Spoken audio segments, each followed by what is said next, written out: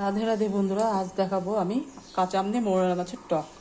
তো মৌরলা মাছটা আমি ভালো করে ধুয়ে নুন হলুদ মাখিয়ে রেখেছি। তো যতটা পরিমাণ লাগবে আমি ততটাই নেবো। তোমরাও যে পরিমাণ লাগবে তোমাদের বাড়ির লোক অনুযায়ী সে অনুযায়ী নিও। আমার এতটা লাগবে না, যতটা পরিমাণ আছে নেবো এবং কিছুটা চচ্চড়ি করবো। আর লাগবে এইরকম আম, কাঁচা আম। যে পরিমাণ লাগবে সেই পরিমাণ তোমরা কেটে নিও। বন্ধুরা, একদিকে প্যানে তেল গরম হচ্ছে, আরেকদিকে চাটনিটার জন্য কড়াইতে তেল গরম করতে দিয়েছি। তেলটা গরম হচ্ছে আর একটা শুকনো লঙ্কা ফাটিয়ে দিয়ে দিলাম। আমার লঙ্কাগুলো খুব ঝাল, তাই আমি একটাই দিলাম। তেলটা গরম হয়ে গেছে বন্ধুরা, এবার মাছগুলো কয়েকটা আমি ছেড়ে দিলাম।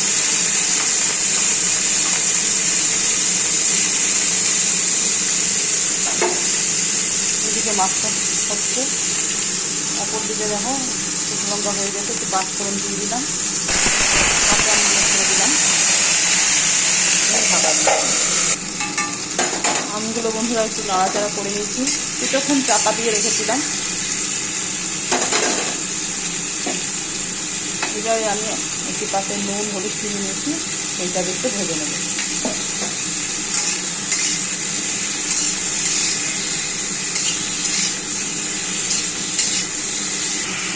ভাজা ভাজা হয়ে গেছে, পরিমাণ মতো জল দিয়ে দিলাম। জল দিয়ে বন্ধুরা ঢাকা দিয়ে রাখলাম, আমটা সেদ্ধ হবে। বন্ধুরা দেখো মাছগুলো এইভাবে ভেজে তুলে নিয়েছি। বন্ধুরা দেখো মাছগুলো আমি ভেজে নিয়েছি। আমি এইভাবে তাওয়াতেই ছোটো মাছ ভাজি, পাবদা মাছ এইভাবে তাওয়াতেই ভাজি, কারণ আমার কড়াইয়ে ভাজা ভাত মানে পারি, তবুও চেষ্টা করি না, কেননা মনে হয় যেন ভেঙে যাবে। আমি তাওয়াতেই করি, ননস্টিকের তাওয়াতে, কড়াই করি না। পাবদা মাছটা হয়তো করি।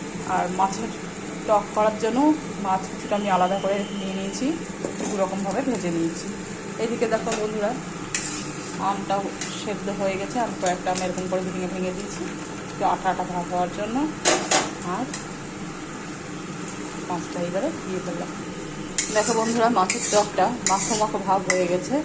এই সময় আমি কিছুটা কালো সর্ষে বেটে রেখেছিলাম, একটু মোটা মোটা করেই বেটেছি, ঠিক আচারে যেভাবে দেয় সেভাবে, কিন্তু আচারটা শুকনো হয়, এটা আমি জল দিয়ে রেখেছি, সেইটা একটু দিয়ে দিলাম।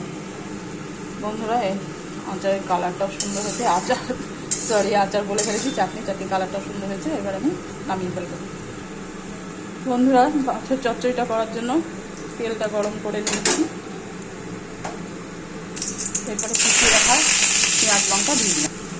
বন্ধুরা দেখো পেঁয়াজটা ভাজা ভাজা হয়ে গেছে, এরপরে আলুটা ছেড়ে দিচ্ছি। পেঁয়াজটা আর বেশি ভাজলাম না, কারণ পেঁয়াজটা বেশি ভাজলে পুড়ে যাবে, আবার আলুর সাথে ভাজা হবে, তো সেই জন্য সবগুলো আলু দিয়ে দিলাম।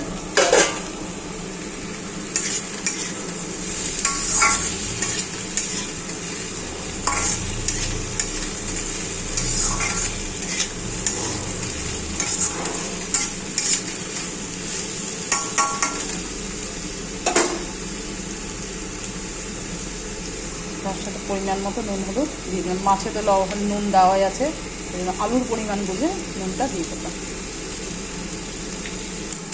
বন্ধুরা আলু পেঁয়াজটা ভাজা ভাজা হয়ে গেছে, এই সময় আমি ভেজে রাখা মাছগুলো দিয়ে দিলাম। বন্ধুরা দেখো ভাজা ভাজা হয়ে গেছে, চচ্চড়িটা একদম রেডি। এবার নামানোর পালা। বন্ধুরা নামানোর পর দেখো এইরকম চেহারা। কেমন লাগলো তোমরা কমেন্টে জানিও।